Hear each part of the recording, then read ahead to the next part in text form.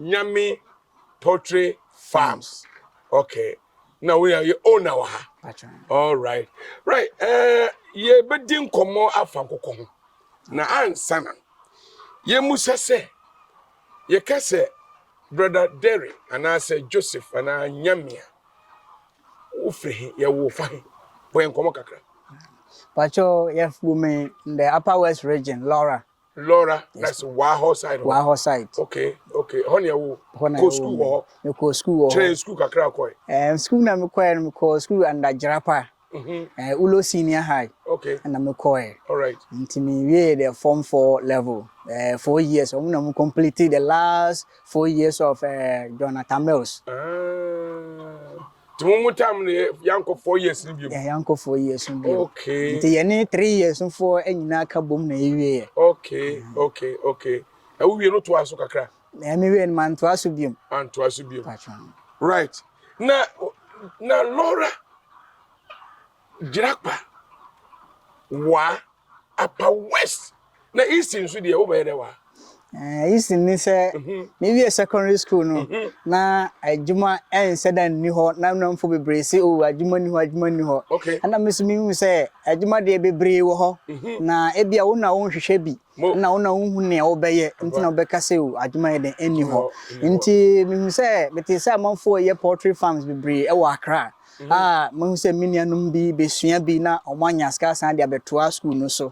Nti me fa sa opportunity say so no ba beye na o de betua school so de na ma me beye na me so menye bi ama bi so e de beye na omo so e de adi bi e de akoye school nti me toa so eba Accra ebe sinko central region in the central region na me ko start say me sua poultry farm e wo ho nti me sua wie no afi de na de omo kire me nyina nko company wo se ne a obetiti nkoko ma ama na be panyi ato nkosia no me sua ne nyina e kan ho from A1 to Z me wie ya na me so me den me to fa wi ase ne nyina se me ya mamanfo so hu say yes me so metime den eyibi nti me start say me ye bi ma mamanfo as contract ye bedru ho to bo ase ye bedru ho enti wo no wan kasa na wo volunteers ma okokopɛ nkɔ dwuma aye pacho an na wo ba central region pacho an and the central region no why na wo ko share na se a okosu train say wo ko start because woni mo bia wo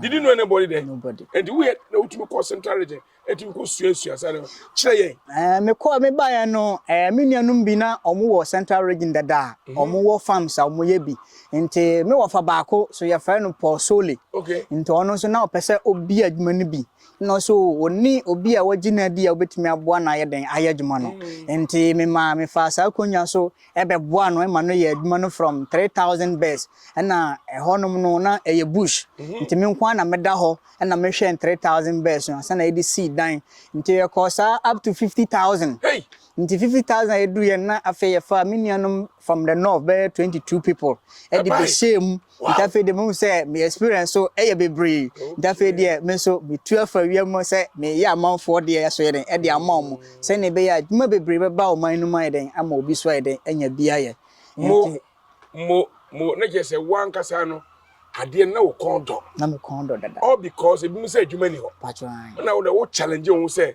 adwuma wo ho in the central region akọ entity pacho an ansa na ebe ba so say wo ye na mu ba east no pacho an ye fa we memetwam pacho wo ye na wo Pentecost ye wo tu pacho ya wo me anto Pentecost me de na ye wo meto Roman Catholic okay na mabusianfo nyina omo ko Roman Catholic se Laura de na me ankasa me papa direct ono so Muslim okay nti bade odi na chi nu na ye Pentecost member nti me kwotena ne nchen nti me kwotena ne nchen no na me start say me kwa asori na me hu say asori no okwa eye nyame bie wa adwin ema wa adwumo ye den edo na me start say me de me hu ama Kristo a ene mabagina Pentecost nti kwa asori no ewo Laura ho ansa na omu go ba east abape nkokwadwuma ye okay ndi yabo wasu pacho yabo me o ka so for bo wasu Pastor Samuel Avonyo pacho Children Ministry Director pacho oh ne se woni mu pa me nim pa good okusua adwuma no wo central region pacho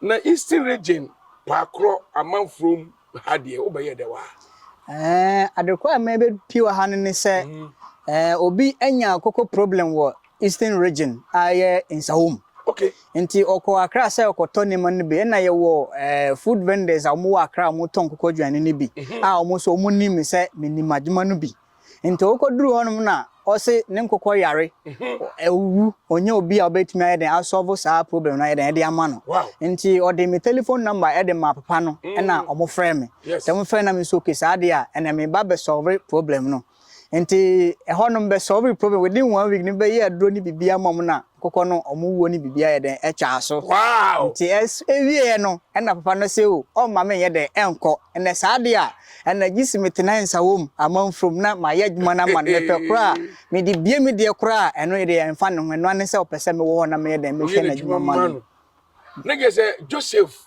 the veterinary. That's wow, this is nyame bue ni padwe mu. You see Pentecost Merima, Sabukwe, we a beer dream. And a man men on the move, ya do baby. On say, wa nyame de adwina shower trim. And do mas wow be, and I'll be a Juma man, and I'm out of car. Okay, after Yamra would do Macassa. Dairy Poultry Farms. As I say, just you can say, a 1 acre. 1 acre. Patron. And you know what you want to can. Patron. The fears you on out there. Patron. Hey. Go going in out there. Patron. A fear, I mean, broke for the patron. Wow. Wow. And you buy what you say, me 9 years, wa 9 years. Patron. Okay, after you go to man. Patron. 9 years now, what the chassis. Stray. What chassis say? Now for your monk, okay, me ba beginning no, me solve problem no we na fe de na nipa no otua me 8 million a month. Okay. Nti edme na ode ma me no e na me start say me kope obi dan a wasi a onyam bobo so ye. Say me otua me car na me de akoto akoko kokre black and white 8. E na me de ko egu ho. Nti tua me car na me so me de atodwane kakra na me de ayeden. Say me de 8 million na me de akoto dwane. Koko say. Koko 8. Koko 8. Patron. Now the chassis. E na me de sa ase. Hey.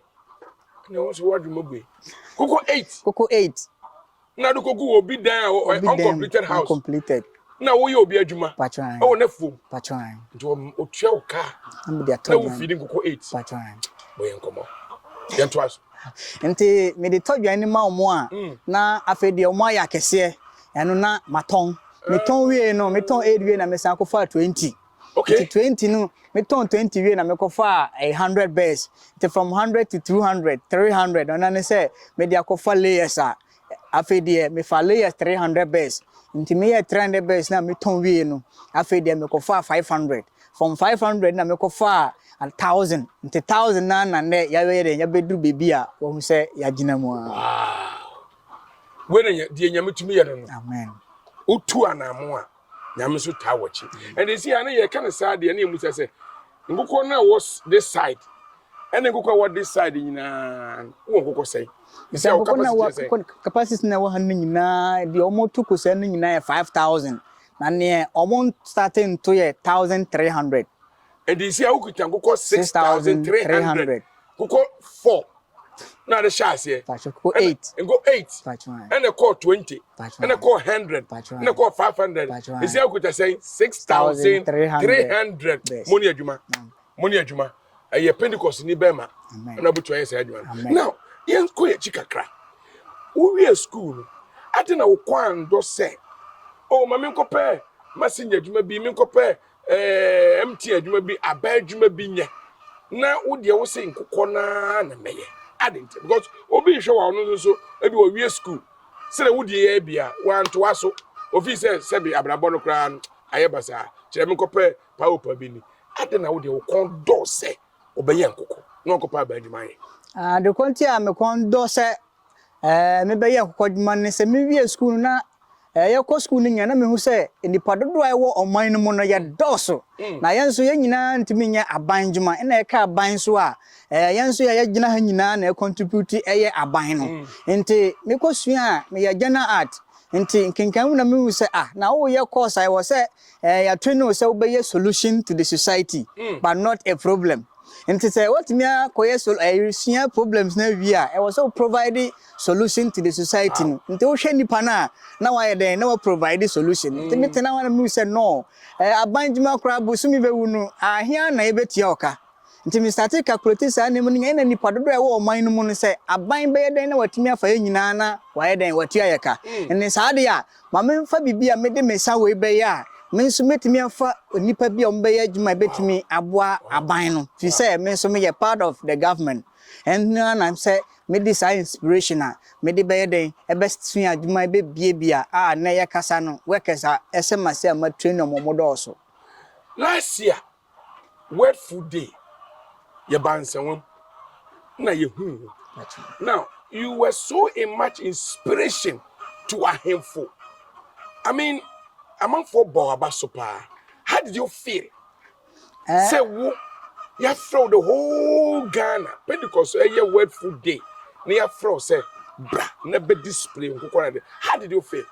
Na ama ma feel so proud say onyankopon atimi ama me bedu sa level no ni nimde na me man to anchene e bia nka me de sa nimde ni de na afie a anka sa inspiration no kan ye den ye nya ba e fi say me nya kita aizel ne nyamesuru a me de ye djuma ewo me munti ama nyankopon so ayeden abie kwan akese ama me suma ayeden akọ ahemfo ne mpanyimfo apostles ani asore elders anim enti me wie no mahu say aye another opportunity bi ama me fi say ebe ma wi ase for na nyina ma youth so omuhu sa de no obetimi as learning from that background ono so abaye akese kura sense ne me yeden mete yo this year person my education ne o hwew ono nso ne kon do so pese okoye nkokọ ne bi aban de o so no mema o cage ye nya aban de ne ye ka wo kirem mbese me ye nkokọ 100 na start me ye ne de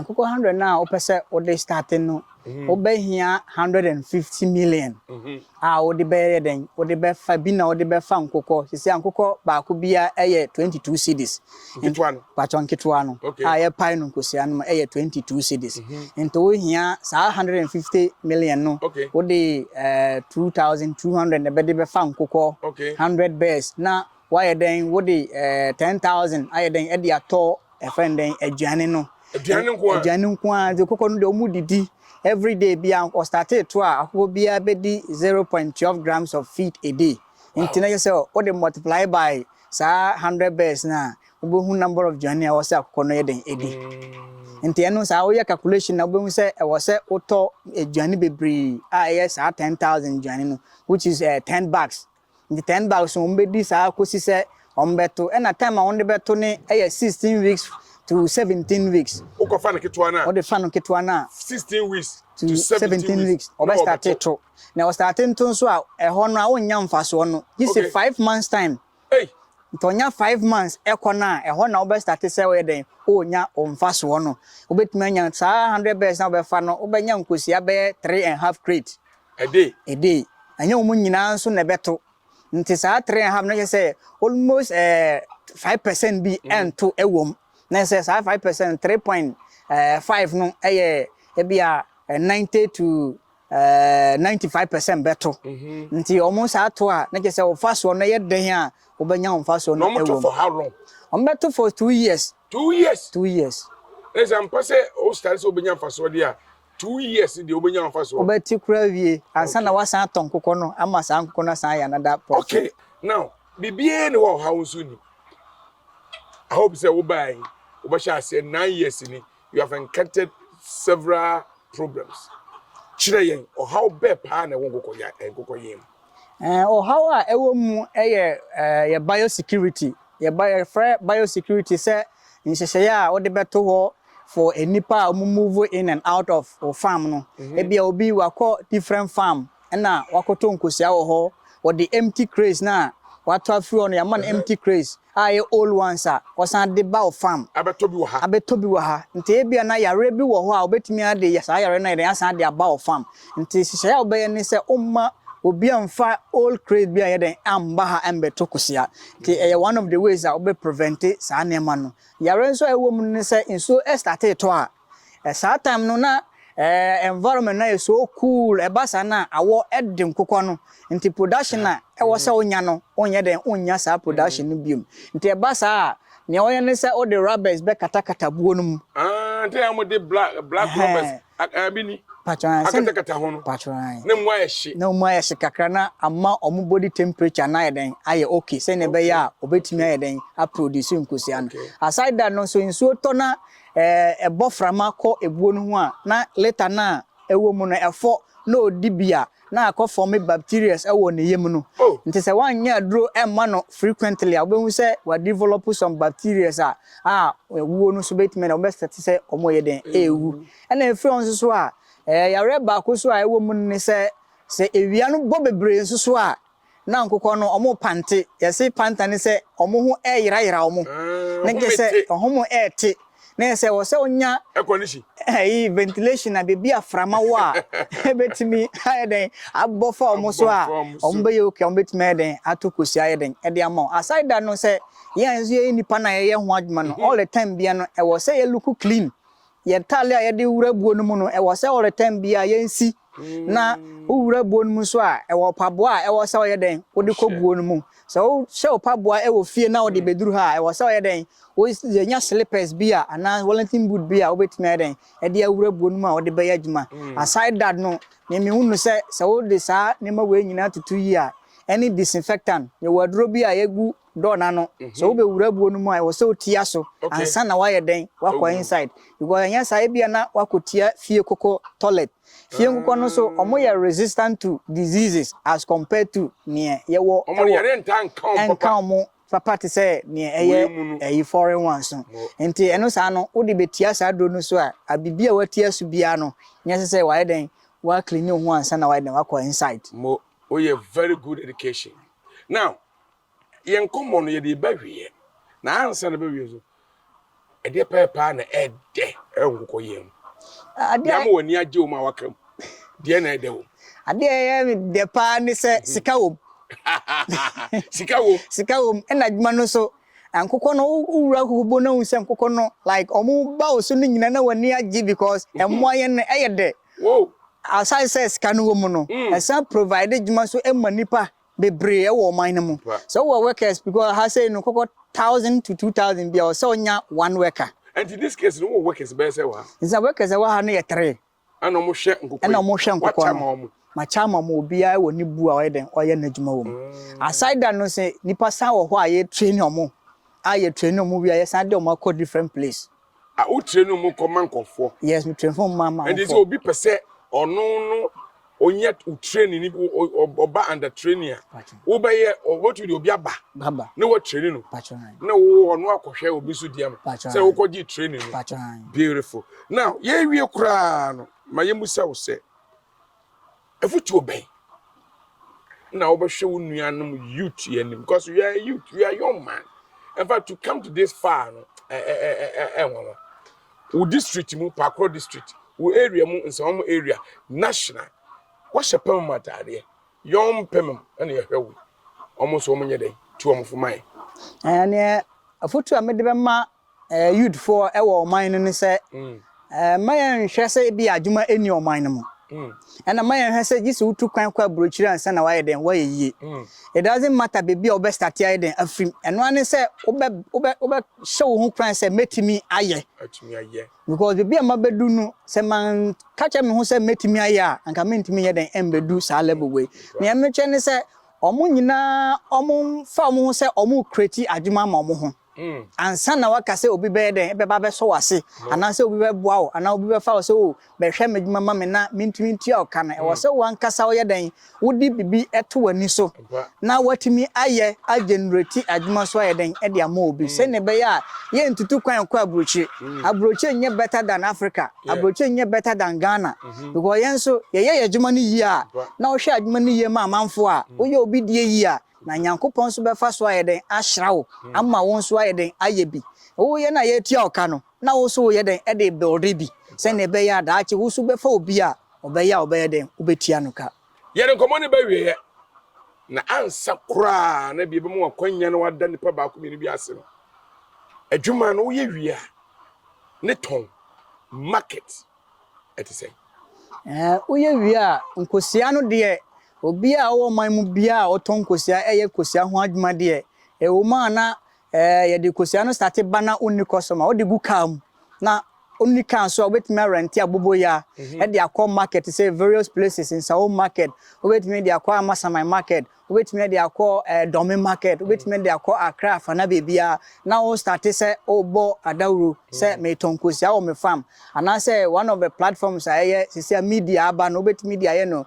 online na start say advertise goods na afedi o start pick customers from a honum and na nkokọ no so omutu wi a ansa na o start tonkosia no so na o start year marketing for nkokọ no so because omo tonkokọ no so ay nkosia no omo so bi na omo ye den omo tonkokọ no nti nkokọ no time no so se obeton omo a omo ankasa mo wa manfo a obetumi abetu bi ay den ade akoton ama omo na omo ka kire mo customer na mo tonkosia no ma omo bi say okay ye wo old bears e wa ha ye ton nti obetumi afra omo na omo so ay den abetobi ana wankasa so betumi aye advertisement ewo TV stations any WhatsApp platforms ni nyina ewo ho no nyina o start say me nkoko anya 6 months ekọ no na o start say oh yes adverts and they say edu bro nya ne Easter so a ne ton so ekọ fast kakra fine no dey ekọ fast okay right ne ton wo mu ehu say ye to acha ye to pa